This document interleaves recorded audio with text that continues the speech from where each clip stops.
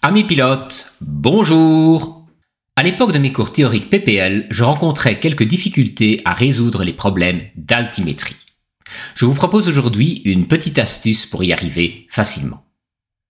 Si cette vidéo vous plaît, n'hésitez pas à vous abonner à la chaîne YouTube Ceznaoui, en vous remerciant d'avance du petit coup de pouce. La résolution des problèmes d'altimétrie fait partie de la matière des examens PPL et LAPL. Typiquement, on vous demande de résoudre des exercices du type: vous décollez de l'aérodrome A avec votre altimètre au calage QNH 1019. 2 heures plus tard, vous survolez le terrain B. Sachant que le QNH local est 1015, que votre altimètre, qui affiche toujours le QNH de départ, indique 2000 pieds, quelle est votre altitude? Un altimètre est en réalité un baromètre gradué en pieds. Une variation de pression d'1 hectopascal correspond plus ou moins à 30 pieds. Il s'agit d'une approximation qui n'est valable que dans les basses couches de l'atmosphère, de 0 à 6500 pieds environ. En réalité, la pression atmosphérique diminue avec l'altitude selon une formule beaucoup plus complexe et décrit une courbe. Néanmoins, afin de faciliter les calculs, nous considérons que cette courbe est une quasi-ligne droite dans les basses couches. Voyons maintenant la relation entre le calage altimétrique et l'altitude affichée par l'altimètre. Lorsque j'augmente le calage affiché dans la fenêtre de Colsman, l'altitude indiquée augmente.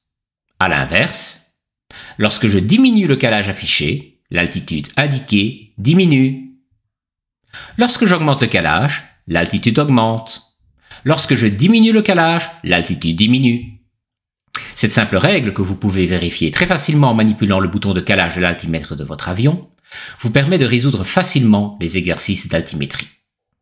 Mais revenons à notre problème. Vous décollez de l'aérodrome A avec votre altimètre au calage QNH 1019. 2 heures plus tard, vous survolez le terrain B. Sachant que le QNH local est 1015, que votre altimètre, qui affiche toujours le QNH de départ, indique 2000 pieds, quelle est votre altitude? La résolution nécessite d'identifier les éléments importants de l'énoncé. Le problème se résume à: si l'altimètre affiche 2000 pieds au QNH 1019, combien de pieds affiche-t-il au QNH 1015? Ce qui nous donne, sous une forme abrégée, 2000 pieds QNH 1019 égale combien de pieds QNH 1015? La différence de QNH entre A et B est de 1019 moins 1015, ce qui fait 4 hectopascales. Ici, vous devez ignorer le signe du résultat.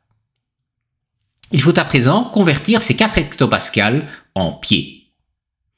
4 fois 30 pieds égale 120 pieds.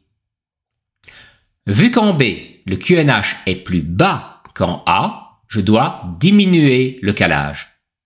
L'altitude indiquée va donc également diminuer. 2000 pieds moins 120 pieds font 1880 pieds. Un peu d'entraînement et vous y arriverez les doigts dans le nez. Reste néanmoins la plus grande difficulté qui consiste à interpréter correctement l'énoncé de l'exercice pour en retirer les éléments pertinents. Parce que naturellement, les rédacteurs des questions y insèrent souvent des pièges. Pour y arriver, rien de tel que de s'exercer sur le plus grand nombre de problèmes possibles. À très bientôt pour de nouvelles vidéos.